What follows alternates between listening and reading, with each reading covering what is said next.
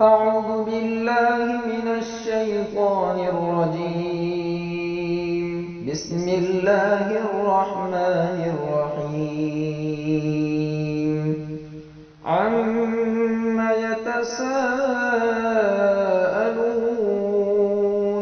عن النبأ العظيم الذي هم فيه مختلفون.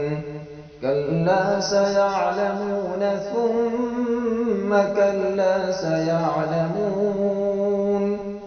ألم نجعل الأرض مهادا والجبال أوتادا وخلقناكم أزواجا وجعلنا نومكم سباتا وجعلنا الليل لباسا وجعلنا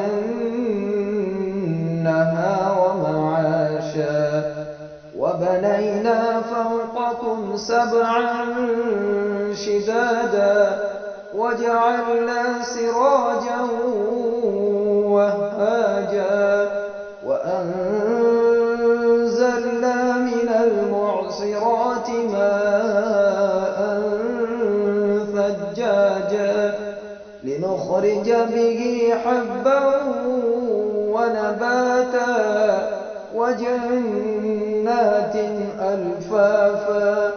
إن يوم الفصل كان ميقاتا يوم ينفخ في الصور فتأتون أفواجا وفتحت السماء فكانت أبوابا وسيرت الجبال فكانت سرابا.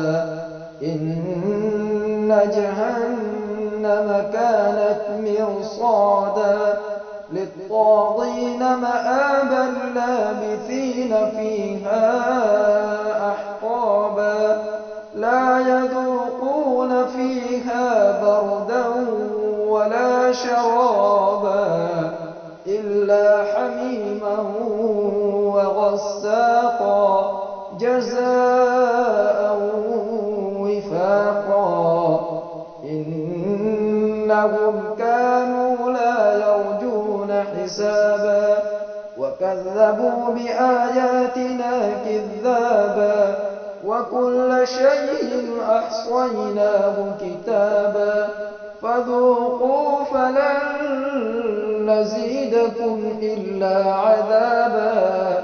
إن للمتقين مفازا حدائق وأعنابا وكواعب أترابا وكأسا دهاقا لا يسمعون فيها لغوا ولا كذابا جزاء من ربك عطاء حسابا.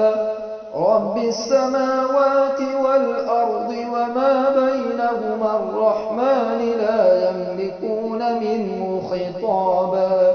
يوم يقوم الروح والملائكة